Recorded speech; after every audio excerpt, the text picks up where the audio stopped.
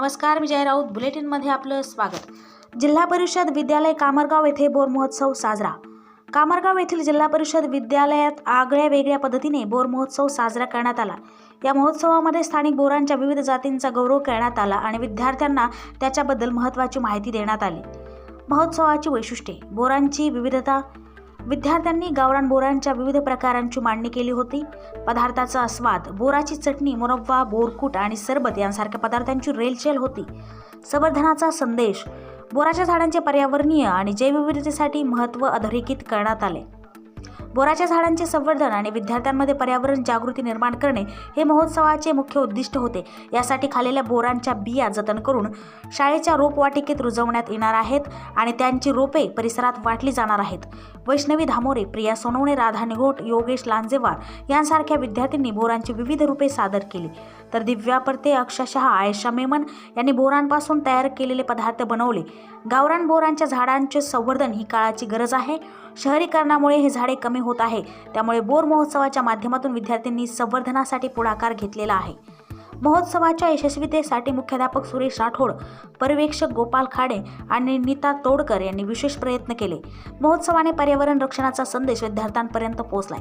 ग्रामप्रभा 24 न्यूजसाठी मुख्य संपादक दिलीप अवगण पाटील। आम्ही बोर महोत्सवात सरबत बनवलेले आहे।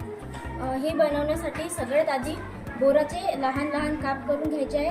त्यानंतर ते मिक्सरमधून काढायचे आहे। त्यामध्ये साखर, थोडं काळं मीठ आणि थोडं साधं मीठ टाकायचं आहे। त्यानंतर त्याच्यामध्ये पाणी मिक्स करून ते काढून घ्यायचं आहे आणि सरबत तयार होईल।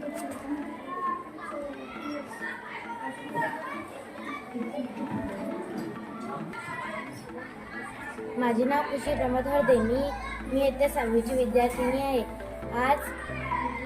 आज रानभाजी खाद्य मी यामध्ये बोरकूट तयार केलेले आहे। आज आम्ही आमच्या जिल्हा परिषद विद्यालय कामरगाव येथे वनराई आणि जिल्हा परिषद विद्यालय कामरगाव यांच्यातर्फे बोर महोत्सव आयोजित केलेला आहे। आज या ठिकाणी विद्यार्थ्यांनी वेगवेगळ्या प्रकारची बोरं तर आणलेलीच आहे, पण बोरांपासून तयार होणारे पदार्थ सुद्धा बनवून आणलेले आहे। आपण वैष्णवीकडे जाऊया। वैष्णवी, तू ही बोरं कुठून जमा केली? अच्छा, किती प्रकारची बोरं आणली तू आज? एकाच प्रकारचे। ईश्वरी, किती प्रकारची बोरं आहे? एका प्रकारची बोरं आहे। ओम, तू किती प्रकारची बोरं आणली? बरं, का बरं हे केलं आपण इथे? हे म्हणजे बोर महोत्सव आहे ना, हां, तर बोर महोत्सवासाठी बोरं सर्वांची आपण खाऊया आणि ज्याचं बोर चांगलं वाटलं तर त्याचे आपण रोप तयार करू, त्याच्या बोराच्या बियांचं, आणि मग ते आपल्या आपल्या घरी आपल्या शाळेत लावू।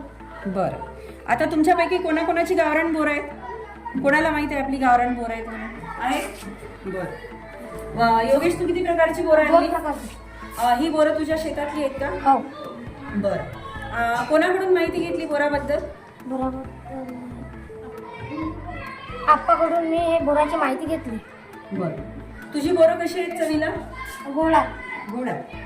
धनश्री, माझी एक प्रकारची बोर आहे। हां, आणि चवीला कसे आहेत ते? गोळ आकार कसा आहे तुझ्या बोरांचा? दाखव बरं। लांबूट आहे ना? योगेश, तुझ्या बोरांचा आकार कसा आहे? त्याचा गोल आहे हां, आणि याचा तो लंबूट अंड्यासारखा। बरं,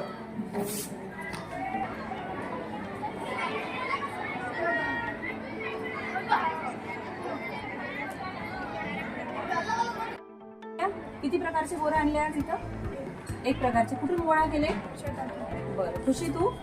शेतात मला बोरं खूप आवडते, मी बोरं शेतातून गोळा केली। बरं, तुझे बोरं चवीला आंबट आहे का गोड आहे? आंबट आणि गोड आहे। आंबट आणि गोड आहे। बरं, आणखीन तुम्ही घरी काय काय करता बोरांचं मग?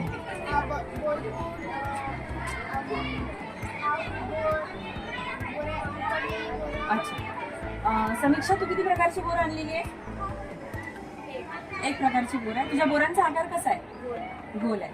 राधा, या बोर महोत्सवाच्या दिवशी आम्हाला खूप प्रकारची बोरं खायला मिळणार आहे। मग चांगलं वाटत आहे? हो। बरं, आणि तुझ्या बोरांचा आकार कसा आहे? अंडा चवीला गोड गोड आहे।